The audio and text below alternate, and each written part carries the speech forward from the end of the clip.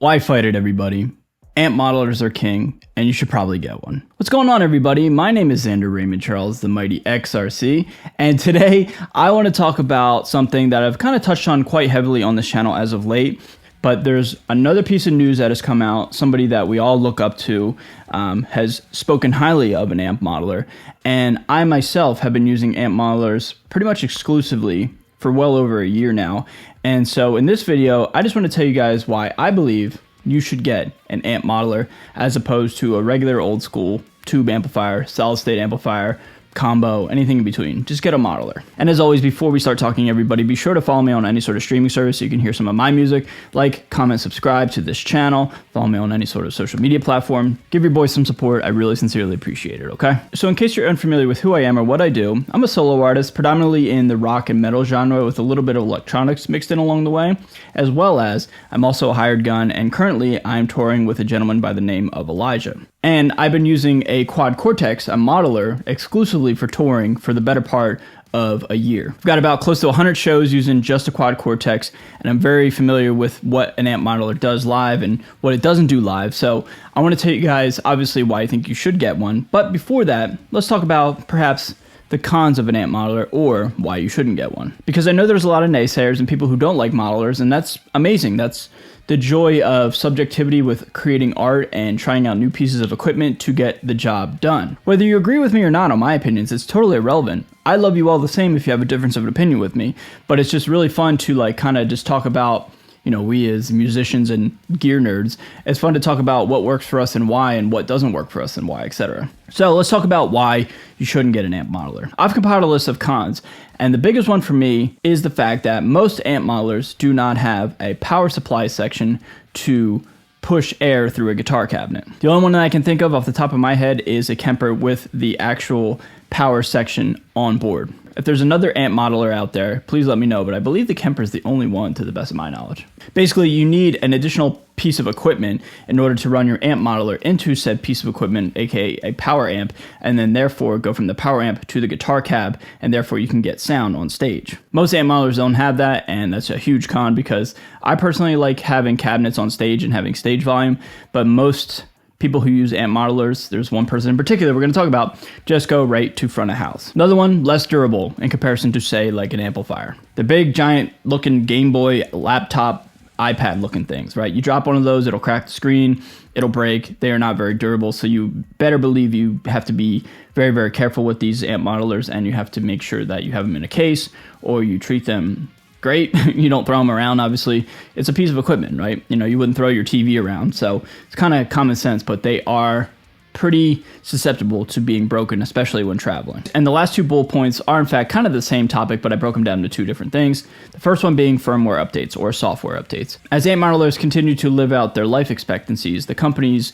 more often than not are constantly always updating the product and updating the software and the firmware to where it makes it better for the user, right? That is a bit of a problem because you always have to update the firmware and the modeler if you want like a new amp that they come out with, the company models or whatever, a new cabinet, a new modulation effect, etc. If you want the new thing, you have to update it. So it's not the end of the world, but it is something to always keep in the back of your mind that you will have to constantly update it. And last but not least, planned obsolescence.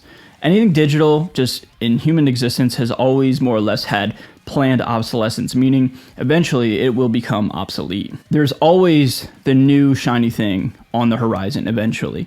There's never been an amp modeler, there's never been a cell phone, a laptop, a computer, a TV, a Game Boy, if you guys know what those are, a gaming system like a PlayStation. There's always the new thing coming out that's bigger, better, and just shinier and flashier, more or less. So whenever you have an amp modeler, there is a finite time where that thing will be the new hot thing. And it's not necessarily the most important thing to have the new hot shiny toy, right? But kind of going back to like the firmware and stuff like that, eventually, more often than not, sooner rather than later, the customer service will start to wane off of the old product and the updates will start to wane off, and therefore eventually it will not be like available to be updated or used or anything like that because the new products will get all the attention and all the marketing and all the PR and all the R&D and all that stuff. It's kind of a bummer knowing that if you get an amp modeler, it's not going to last forever compared to say like a JCM 800 from early 80s, right? Like those JCM 800s, as long as they're fully functional, sound just as great and work just as great compared to, like, I don't know, the first Axe effects that I don't even know if that thing would ever even work anymore, right? You see what I'm saying? That's a lot of cons.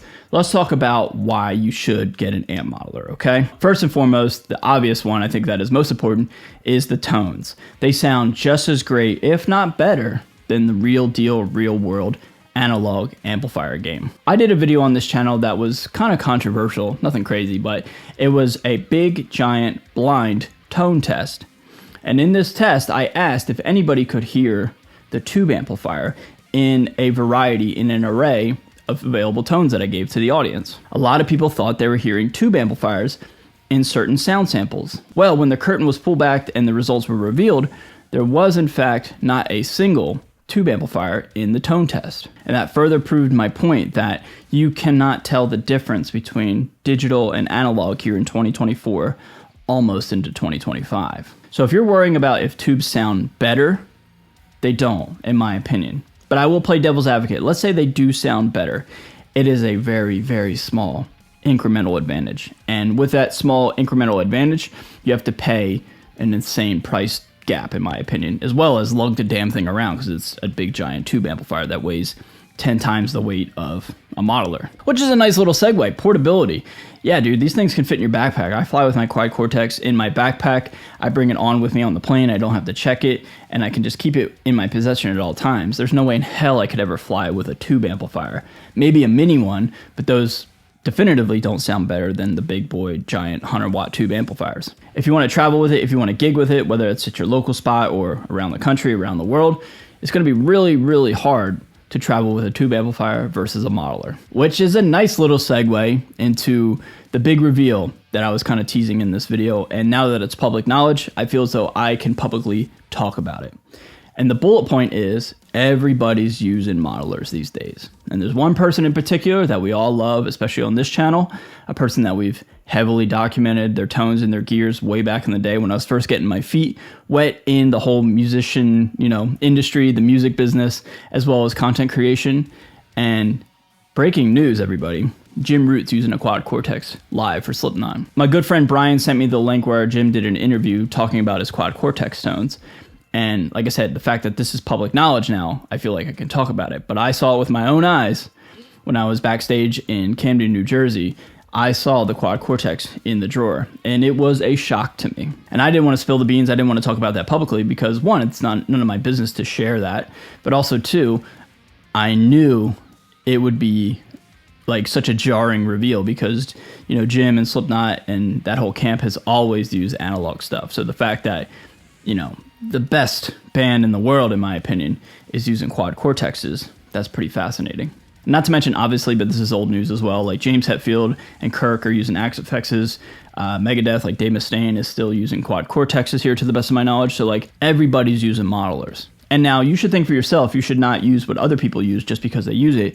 You should try things out for yourself. But, one could argue that if the best, the top bands in the world are using them, there's something to be said about the equipment. So that is a pretty revealing, shocking detail, is it not, everybody? The next bullet point on why you should get an amp modeler is because of the routing options. Now, I've had the ability to run, I think, two different routing options with my quad Cortex, one with a cab and one without a cab. But basically, you have the ability to route your signal any which way you want, any way feasible, any way that makes sense or doesn't make sense. But my favorite way to run a quad Cortex, for example, is through in-ears, through cab on stage, and through front of house. So having 3 signals with one modeler. That's pretty sick. But with Elijah, for example, that was with FTFD. But with Elijah, for example, we're just going right to front of house and right to in-ears.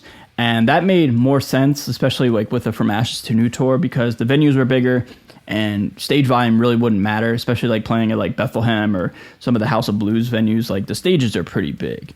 And so like I don't necessarily need stage volume because I'm trying to fill the stage and move around anyway. So a 4x12 is only going to point this way. So it wouldn't benefit me. But I do know a lot of people loved not only stage volume for themselves, myself included, in smaller venues, but also too for like the front row of the audience as well. I think that just helps them out as well. But anyway, to finish up this bullet point, there's a ton of different routing options with an amp modeler.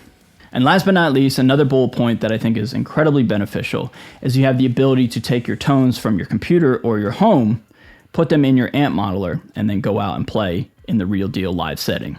Now, there's 2 products to the best of my knowledge that really cover this and what I'm trying to say. Well, maybe 3. Bias Effects amp, but the bias amp, but I don't even know if that's a thing anymore, but that was one of the first ones to ever do it.